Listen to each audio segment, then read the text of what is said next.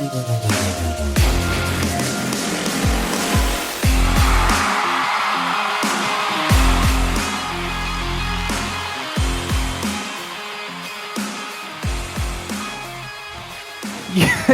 for anything.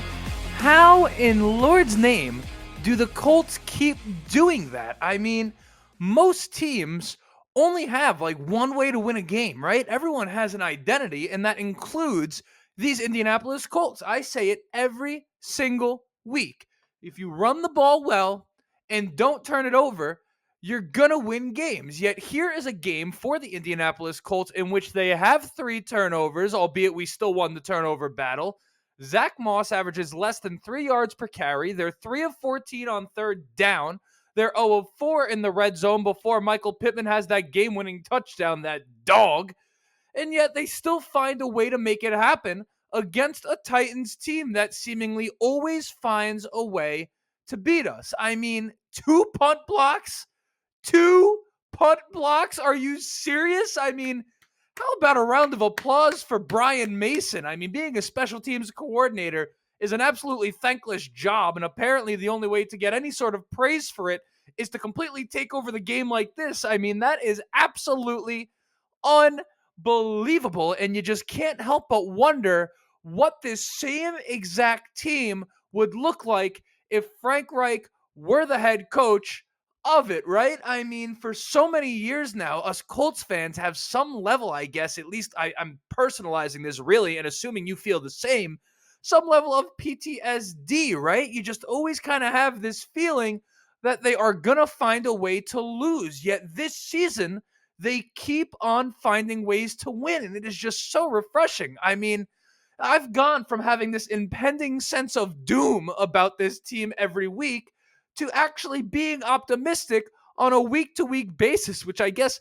in of itself makes me feel a little bit uneasy, right? Because once you're on one side, the other side's going, and then you flip over, and all of a sudden when you least expect it, you get, right? You get screwed over. So we'll see how that goes, but I'm starting to feel pretty good about this Colts team. I mean, there's just so much to be happy about as it currently stands. But of course, in the words of the late, great Kobe Bryant, job not finished, right? Job not done. I forget the exact quote, but that's the mentality. And the more this season goes on, the more I'm starting to realize that this Shane Steichen coached Indianapolis Colts team fully understands what that is. I mean, this is now a team that has won 4 straight games, undefeated through November, and won the first game of December. And all of a sudden, Shane Steichen has this team rolling. I had mentioned, for those of you who are OGs of the channel, this offseason, everyone was talking about the Colts rebuilding and retooling, and I wasn't technically saying that isn't what they were doing, but one thing I did point out is that they could take a page out of the Eagles playbook. If you remember a while back, this Eagles team, when they had Carson Wentz and Nick Foles and all that was going on, they went from winning a Super Bowl to becoming a 4-12 football team practically overnight, much like what the Colts actually had going on with them. And it wasn't until they switched to Jalen Hurts and kind of moved things around a little bit. I mean, they rebuilt their team pretty quick, right? The NFL is not quite like the NBA. You don't need to just tank forever to get it done. When you have a quality GM that knows how to acquire talent and understands how to put together a staff, a rebuild can happen relatively quickly. The Eagles went from Super Bowl contender to garbage to Super Bowl contender again, really within 5 years. I mean, it happened that quick.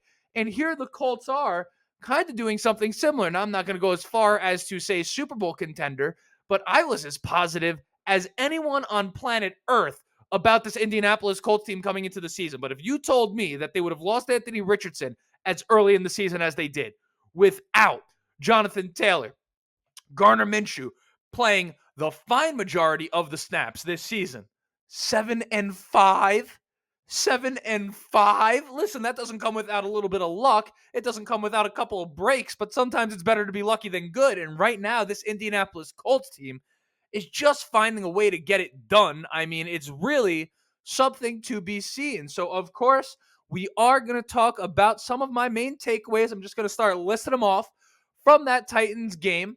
And then I will kind of hit you with a little bit as we get towards the end of the year now. I'm going to hit you with some of kind of what we are, looking at for 2024 on the channel, some of the plans or what I have in mind. I guess they're not concrete plans, but I'm going to spitball them and kind of see where you guys are at on them. And yeah, I mean, let's get into it. But before we do, as always, I have to introduce myself. My name is Justin. This right here is the Ride in the Bench Coltcast. As always, if you are enjoying the video, go ahead, shoot it a like. It's going to help me get out to as many Colts fans as humanly possible. And I have a feeling Colts football is going to start really, really picking up right now. And of course, if you want to stick around for the journey, perhaps you're one of the 50% of people that's continuing to watch these videos and not subscribing yet. You want to do that? Go ahead, shoot a subscription. But most importantly, just enjoy the video, engage, drop a comment, whatever it may be. You know I'm always good to be looking in that comment section. And yeah, I mean, that right there is the housekeeping. That right there is an introduction. So let's get into this game. And before I even get into the Colts individually on offense and defense, real quick, also an important discussion for the sake of this. What did we think of Will Levis in this one, guys? I mean, this is a guy that obviously we have to worry about moving forward. At least we would think. Assuming he is the Titans franchise guy or the guy that they plan to roll with the next 3 to 4 years, right, throughout the course of his rookie contract. I mean, he came into this game with absolutely everything to prove, without a doubt, had to have a chip on his shoulder, right? I mean, Will Levis really thought he might be going number 4 overall to these Indianapolis Colts, and not only did he not go to the Indianapolis Colts with the 4th pick in the first round, he slipped all the way down to the second round and ended up with the division rival. What did we think of Will Levis? I mean, in college, I thought he got a lot of flack. Realistically, this might sound a little bit ridiculous. In fact, this is incredibly disagreeable. I may get some flack for this.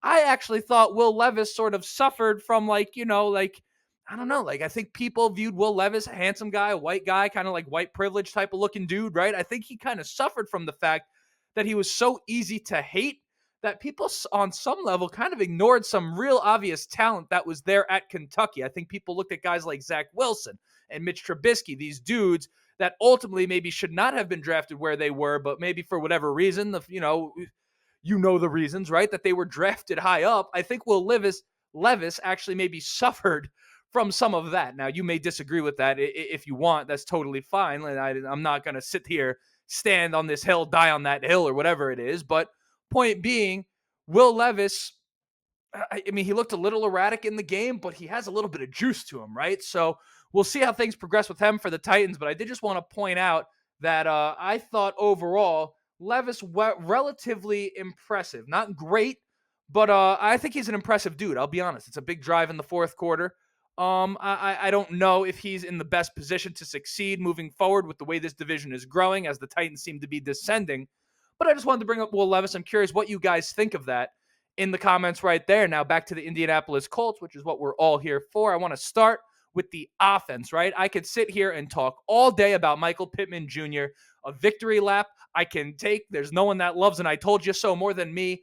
Michael Pittman is a dog, all right? I don't know what else you can possibly want from this guy. If you're still sitting here and barking about how he's not a number 1 wide receiver, I mean, I don't know. Just keep doing it, I guess, if that's what you want to do. But I mean, he is awesome. I mean, this guy, strong hands, dude. And just the catches he makes, not only the amount, these aren't garbage time, like stat filling type of catches. I mean, he's a chain mover and always finds a way to make these big plays late in games. I mean, Michael Pittman is absolutely spectacular. Now, we could talk about him all day, but Alec Pierce at wide receiver, I think, is the big story, right? Because they said something in this game along the lines of he had something like 137 deep routes run coming into this game and only had 9 targets on him. I mean, that is a bit ridiculous. I mean, dude, a guy's out here basically just running cross country, right? And he came up in a big way for the Indianapolis Colts in this game. You do love to see that for Alec Pierce, a guy who by many Colts fans has really been ostracized on some level. People already looking past him and saying tank for Marvin Harrison Jr., et cetera, et cetera. Alec Pierce was awesome in this game. I really think he's made some solid catches throughout the season. Listen, I think he's kind of been put into a role that he's not quite fit for, which is this deep threat over the top. In this game, he fulfilled it. But Alec Pierce, I think, maybe not the perfect fit in Indianapolis right now, but ultimately, that was an awesome day for him. Expect him to be here for a little bit longer. I mean, he's still on his rookie deal. There's really no reason to trade him. If anything, they add competition in the offseason. Alec Pierce is here to stay, and days like this are awesome to see out of Alec Pierce. Kudos to you, Alec Pierce. Awesome day shutting some Colts fans up. Gardner Minshew, nice day from him, right? Say what you want about Minshew. Sure. Listen, he's not going to be perfect all day. That's not what Gardner Minshew does. One drive, the ball is going to come out weird. The other drive, it's going to be coming out perfect, like on some of these deep passes to Alec Pierce. Ultimately, Gardner Minshew is electric and, in my opinion, embodies everything that the Indianapolis Colts this season are. Overachieve, gritty, and just really just like an awesome underdog story. I feel like Pittman right now, or Pittman Minshew, is like just a personification of what this Colts team is. Could not be any happier to have him around. And I'm sure the people in the building absolutely love him. I mean, how can you not? Did you see my man dancing after the game? The only person that dances worse than Gardner Minshew, by the way, is probably me. But that is neither here nor there. Good on Minshew. Shane Steichen dialing up again on fourth down, running a tight end reverse, which the Titans actually ran on us earlier in the game, just enough to get that first down. And Shane Steichen continues to make a case, and a damn strong one, for Coach of the Year. I'll have to look into this a little bit deeper. I know for a fact that things are going to continue to change as the season goes on. The Colts season is not finished. There's still more football to play. I understand all of these things, but as it currently stands, if not for like, Nick Sirianni because the Eagles are whatever they are, maybe a Mike McCarthy. I mean, who has a better case than Shane Steichen right now, given the context, knowing what the Colts came from last year, all the dysfunction that we saw out of Indianapolis last year with Frank Reich getting fired, Jim Irsay meddling, them hiring Jeff Saturday, who I love and respect, and all these things. And I thought he got way too hard of a time for taking a job. I mean, he didn't hire himself. How do you pass up that opportunity, right? That was a bad season last year. This roster was considered to be one of the worst in the league. They are 7-5, and they don't just win. I mean, they look good. The Colts look good. Like, this is a well-coached team, right? This is a team that goes out there, and you kind of expect them to win. I mean, all these reversing teams with backup quarterbacks, great. We have our backup quarterback. And the Colts go out there and are just a good football team. They're a tough out for anyone. Shane Steichen, in my opinion, right now is the Coach of the Year. Maybe I'm forgetting someone. I know all of you on this channel will probably be forgetting that same someone because we're completely biased. That's my guy. So on the offensive side of the ball, that's what I took away from this game. Defense and Zach Moss, on a side note, not too worried about that game at all. The Titans uncharacteristically allowed him to have a huge game. This Titans defense does good against the run traditionally and does good in defense in the red zone. So, the Titans really came out and played defense the way they usually play defense in this game, and that was what it was. Zach Moss will be just fine. I'm not too worried about any of that. Defensive takeaways, the pass rush continues to go on. I will take victory laps until the end of time about how I knew that this pass rush was going to be as good as it was this year. That's 6 sacks in this game, 2 for Kwity Paye, 2 for Samson Ebulkam, who continues to prove himself as a monster addition. What a great addition for Chris Ballard. I remember this offseason, a lot of us, we were all so upset about Paris Campbell leaving, right? Hindsight's 2020. But Samson Ebulkam and Matt Gay were like the 2 big signings for this team, and I think we were all a little disappointed about that on some level because you just want us to make a splash, like a huge splash with a big name that maybe did good for your fantasy football team once, right? But Ebulkam and Gay have proven to be absolutely crucial to the Colts' success this year, and really just great additions. I mean, Minshew, Ebulkam, Matt Gay, right now, 3 guys that we got this offseason, Mr. Chris Ballard acquired, that are playing absolutely crucial to what the Colts are doing right now. Grover Stewart, thank God he's about to be coming back because he is sorely missed in the running game. For all this defense has done or hasn't done, I thought the missing piece, actually, kudos to Kent Sterling, who came on my show when Grover got suspended. He said Grover Stewart was the most important player on this defense. I disagreed with him and said it was Zaire Franklin. It turns out I think he was right. As great as Zaire Franklin is, Grover Stewart is the one guy that seems to be irreplaceable just in terms of what he brings in the running game. You look at the defense we run. We don't do a lot of blitzing, which means the front 4 is responsible for stopping the run often. We're starting to have 3 linebackers on the field a little bit more this week, but ultimately the Colts really rely on that defensive front to stop the run. Grover Stewart is the glue that keeps it together. Somehow they're 7-5 with all these games without him, and he's about to be coming back. Daddy is coming home. Grover Stewart, welcome back. Is it this week or next week? Am I a week premature on the Grover Stewart thing? Whatever. Point being is that he's sorely missed. It's obvious every single week. And I cannot wait for him to be back. I'm pretty sure it is this week, upcoming against the Bengals, but it might not be. It might be week 14. That's a whoopsie daisies by me. I'll talk about it again next week. And on a final note, I cannot leave out Isaiah McKenzie in all this. I feel like he's a guy that does not get a lot of appreciation from Colts Nation, but he does some really good work for Indianapolis in the return department and is reliable. You see so much these days, guys like muffing these punts and fumbling these kickoffs and things of that nature. Isaiah McKenzie very rarely makes a bad decision. He usually gets pretty good yardage, and between that and his role as a slot specialist, where we really just have him and Josh Downs as the two guys that can do that for us, and the presumably cheap price tag to bring him back this offseason, he has become a guy very quickly that I hope the Colts bring back. And yeah, I mean, those are my takeaways from this game. Did I miss anything? Is there anything that you wish I spoke about? Let me know. But if not, we're going to talk about the plans for this channel for 2024. It's very, very quick, right? Audio is in the works. It's just one of these things. I'm a one-man show over here. It's hard enough to get these things out onto YouTube with any form of consistency, with a full-time job in the gym. Right? I keep making excuses, Justin, right? But audio is in the works. I want to make sure that those of you who maybe prefer to listen in the car on your drive to work or something like that, YouTube is not optimal for that. I want to make sure that you guys have a way to be listening to the show that isn't just watching it on YouTube. Number 2, I am considering a Patreon or something like that at some point next year. I don't know everything that would be involved in it, but the main thing would be live viewing parties for these games. You guys would be able to hang out with me on Sundays while I watch the game and just see me react in real time. I'm sure there will be other things that I work into that, but a Patreon at some point next year, I think, is going to be something that I try to establish just logistically. I just have to figure out exactly how I'm going to get that one done. So those are the two big things for 2024. I have a lot of goals for this channel in 2024 that I'm going to choose to keep private.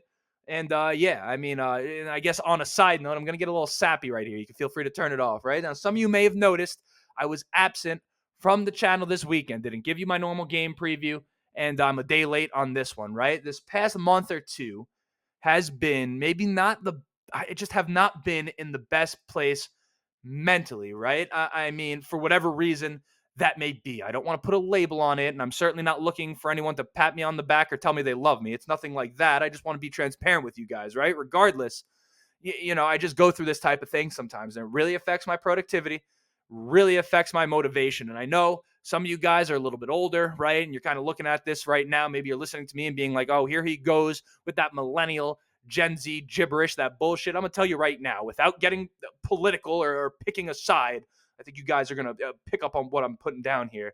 I am a put your head down and grind type of guy. I'm a fuck that shit, keep working type of guy. Never looking for a handout, never looking for anything to be given to me. Like, I'm that dude, right? I don't want to use words that are politicized, but I think you guys get my point. That's the type of guy I am. And I'm not really trying to make excuses, but again, I'm just trying to be transparent. I will be fine. I am okay. I am not going anywhere. But this is, you know, I have a busy life and I pack out a lot of my time. And this is channel right here is one of the only things that I have that is fluent and that I'm in charge of when I do it and how often I do it.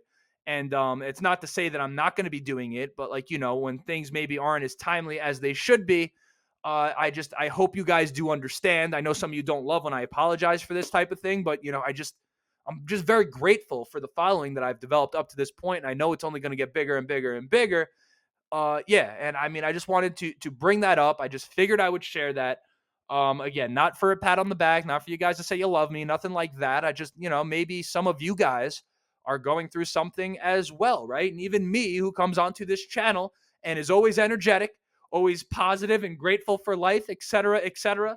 I fight battles as well. You are not alone going through that type of thing. And yeah, I mean, that's all of it. That's kind of a weird way to end the episode, but this is my creative outlet. And, you know, I just sometimes, you know, I'm just transparent here. You know, what you get is me, right? This isn't just a Colts channel. Well, it is just a Colts channel, but it's my Colts channel. And you don't just get stuff about the Colts, you get me and everything that comes with it, the good and the bad, and that is what it is. But until next time, I am Justin Alfiero. This right here is the Ride in the Bench Colts cast. I will see y'all soon. Go Colts.